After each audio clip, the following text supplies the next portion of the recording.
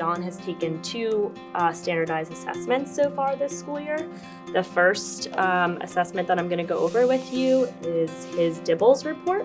So this is the standardized assessment that assesses John's reading abilities. And in fourth grade, one of the best parts of being a teacher is getting to support all students. So it's really important to use the data that I and all teachers get from assessments to be able to best support each individual child, because one approach is not going to be best for all children. We don't want to just teach the same thing to every child in the class. We want to differentiate based on where that student actually is starting out, what background knowledge they already have, what they're ready to learn and build upon.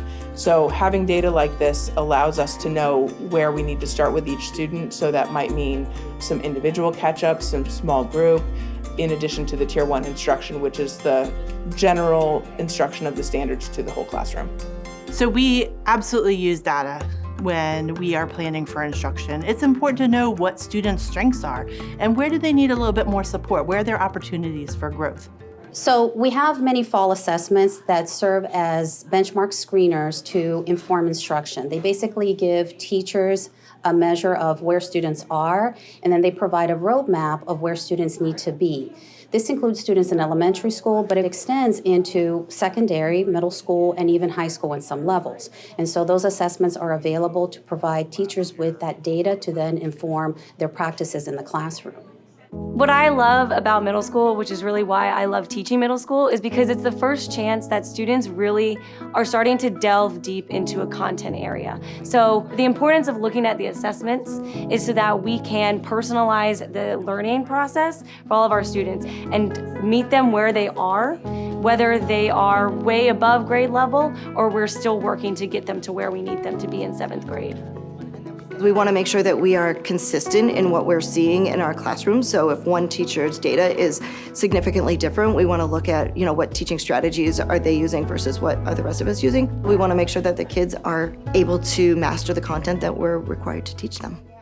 What do we notice about what our students need, and what is it that we can do to help them with those things?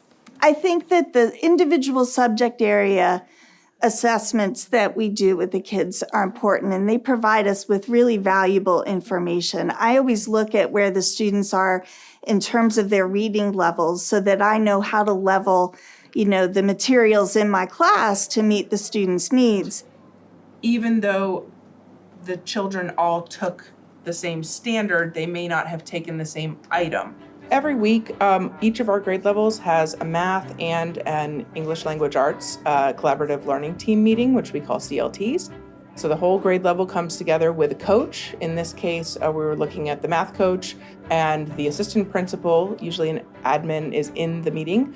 And then all of the 4th grade teachers, including special education and English learner resource teachers as well.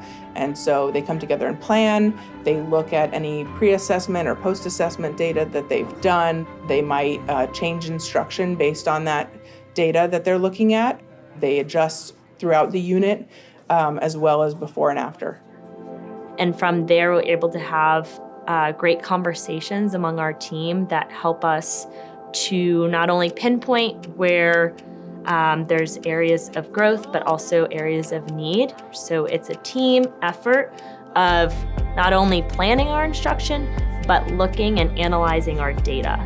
And as a team, we're able to work together to come up with plans and supports to best support each student.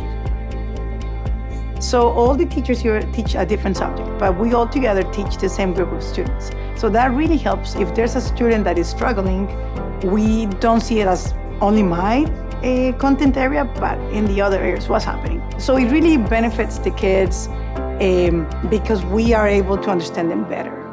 Our purpose is to support the kids' development as a whole student, right? And so because we meet together a couple of times a week, we're able to communicate with one another about what the kids are expected to do.